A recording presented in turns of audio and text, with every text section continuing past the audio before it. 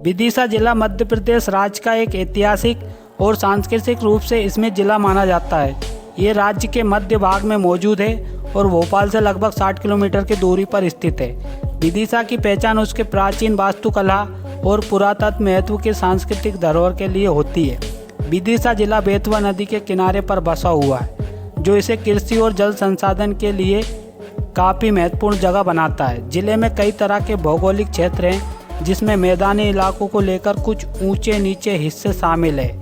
इस जिले के इतिहास की बात की जाए तो विदिशा का प्राचीन इतिहास भारत की महान सभ्यता की झलक देता है। इसे प्राचीन काल में भेलसा या बेस नगर के नाम से जाना जाता था। सम्राट अशोक ने यहाँ कई बौद्ध स्मारकों का निर्माण कराया, जिसमें सांची स्तूप सबसे ज़्यादा फेमस माना जाता है। ये क्षेत्र उनकी पत्नी देविका का गृह नगर भी माना जाता है। सिंह और गुप्त काल में विदिशा जिला कला और संस्कृति का केंद्र बना रहा। गुप्त साम्राज्य के समय इसे स्वर्ण युग के तहत कई ऊंचाइयां भी मिली। धार्मिक पॉइंट से देखा जाए तो ये बौद्ध, जैन और हिंदू स्थलों का केंद्र भी रहा। उदयगिरी गुफाएं और हेलियोडोनस पोल जैसे स्मारक इसके प्राचीन वैभव की कहानी कहते हैं। विदिशा जिले का ग्रीक माइकोलॉजी से भी गहरा संबंध माना जाता है।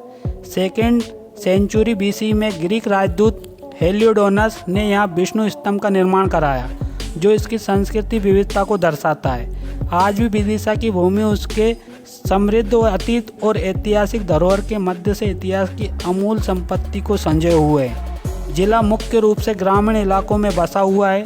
यहाँ खेत खलियान और प्रकृति के बीच लोग अपना जीवन यापन करते हैं। अगर हम बात करें 2011 की जनगणना की, तो जिले की कुल आबादी 14 से 15 लाख मानी जाती है। इस जनसंख्या का एक बड़ा हिस्सा गांव में रहता है। यहाँ का जीवन काफ़ी सरल है, लेकिन शहरों की ओर भी लोगों का रुझान बढ़ रहा है। दूसरी ओर विदिशा की जनसंख्या में पुरुषों की संख्या महिला की संख्या से थोड़ी सी ज़्यादा है, लेकिन यह अंतर ज़्यादा बड़ा नहीं है। यहाँ के लोग अपनी संस्कृति धरोहर को संजोए हुए हैं और गाँवों में शिक्षा और जीवन शैली एक अलग ही तरीका है।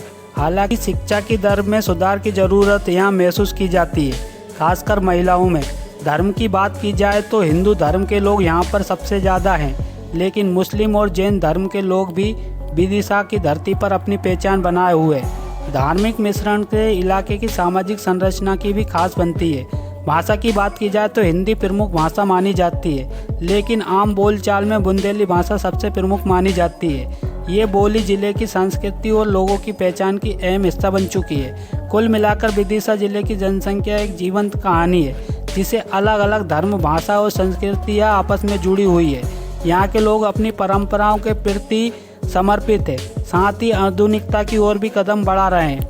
विदिशा की अर्थव्यवस्था मुख्य रूप से कृषि पर आधारित है। जिले की उपजाऊ भूमि और जलवायु कृषि के लिए अनुकूल मानी जाती है।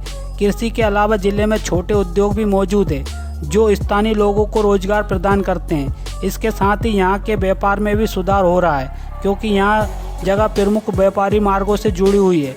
विदिशा के ट्रांसपोर्ट इंफ्रास्ट्रक्चर की बात की जाए तो यह काफ़ी महत्वपूर्ण सड़क और रेल मार्गों से जगह जुड़ी हुई है। विदिशा रेलवे स्टेशन मध्य प्रदेश में प्रमुख रेलवे स्टेशनों में से एक माना जाता है। दिल्ली, मुंबई और भोपाल, ग्वालियर जैसी महत्वपूर्ण रेल मार्गों से जुड़ा हुआ है।